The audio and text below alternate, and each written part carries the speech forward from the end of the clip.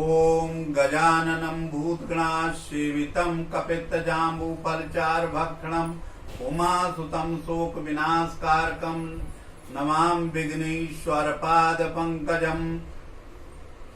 ओम जय श्री गणेशाय नमः। एक बार की बात है, नारद जी अपने परम पिता ब्रह्मा के पास गए। कहा, हे पिताजी, श्री गणेश जी का जन्म किस प्रकार हुआ? उन्होंने कहा, पुत्र, यह 28वें कल्प में श्री श्वेत 12 कल्प में गणेश जी का जन्म इस प्रकार हुआ।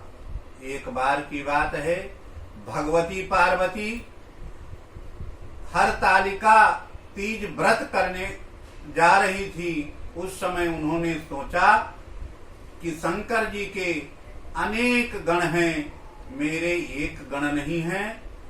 और यह सोचते हुए उन्होंने अपने बदन के मैल को निकालकर और एक पुरुष बनाया, जिसके हाथ में एक डंडा दे दिया और द्वार पर खड़ा कर दिया, क्योंकि भगवती पार्वती को 3 बार स्नान करना था और वो स्नान करने के लिए गुफा के अंदर चली गई। वहां पर सखियों सहित स्नान कर रही हैं। यहाँ पर महादेव जी के गण जब वहां पहुंचे, महादेव जी सहित, तो अंदर जाने से गणेश जी ने रोक दिया।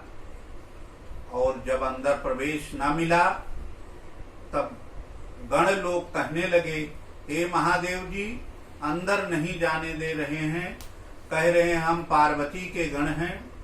और ऐसा सोचकर गणेश शंकर जी ने फिर कहा, हे गणों, वापस जाओ और पुनः प्रयत्न करो।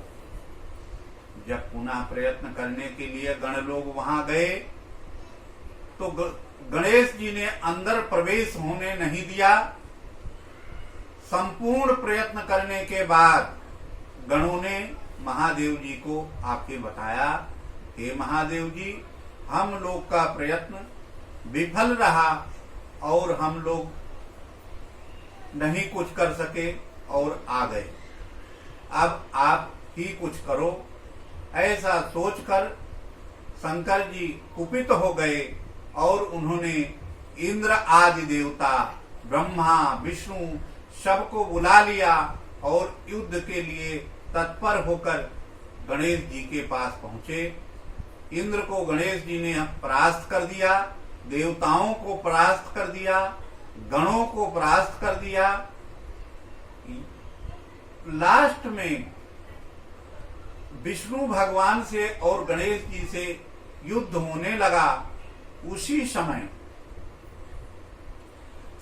शंकर जी अपना त्रिशूल लेकर पीछे से गणेश पर चलाया, जिससे उनका सिर धड़ से अलग हो गया और सिर बैकुंठ चला गया और धड़ यहीं रह गया।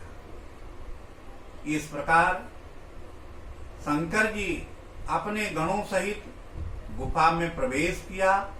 वहां पहुंचकर जब पार्वती अपने सखियों सहित स्नान कर रही थी, तब शंकर जी को देखकर वो अचंभित हो गई कि आप किस तरह से गुफा में प्रवेश कर आए। शंकर जी ने कहा, मैंने द्वार पर को गण था उसका वध करके मैं गुफा में आया हूं। भगवती पार्वती रुदन करने लगी और कुपित हो गई। उन्होंने 8 शक्तियों को प्रकट कर दिया, जो पूरा संहार करने लगी। नागलोक, गंधर्व लोक, देवलोक, सारे 14 भुवन को संहार करने लगी। तब शंकर जी, ब्रह्मा जी, विष्णु जी चिंतित हो गए कि अब क्या होगा। भगवती नाखुश हो गई। इस पर शंकर जी ने कहा, इनकी स्तुति करो और वंदना करो। स्तुति वंदना करने लगी, तब उन्होंने बताया पार्वती ने कि जब तक मेरा पुत्र गणेश जीवित नहीं होगा तब तक मैं शांत नहीं होंगी। तब शंकर जी ने कहा, हे गणों, उत्तर दिशा की तरफ जाओ। जो माँ अपने बच्चे को जन्म दिया हो और अपने पीठ के तरफ रखी हो, उसके बच्चे को ले आओ और उसके सिर को काट कर इनको लगा देंगे। यहाँ लेकर आए उनके गण लोग, और जब सिर और धड़ पर रखा गया, उस पर ब्रह्मा जी ने अपने कमंडलों से अमृत छिड़क दिया, जिससे गणेश जी की जय जयकार होने लगी और गणेश जी उठ बैठ गए। चतुर्दशी भाद्रपद के शुक्ल पक्ष चतुर्थी के दिन मध्याह्न 12 बजे गणेश जी की उत्पत्ति हुई। तब से आज तक गणेश जी का जन्म महोत्सव मनाया जाता है। इस दिन इस चतुर्थी को जो कोई चंद्रमा का दर्शन करता है, उसे गणेश जी का श्राप है, उसे चोरी लग जाती है।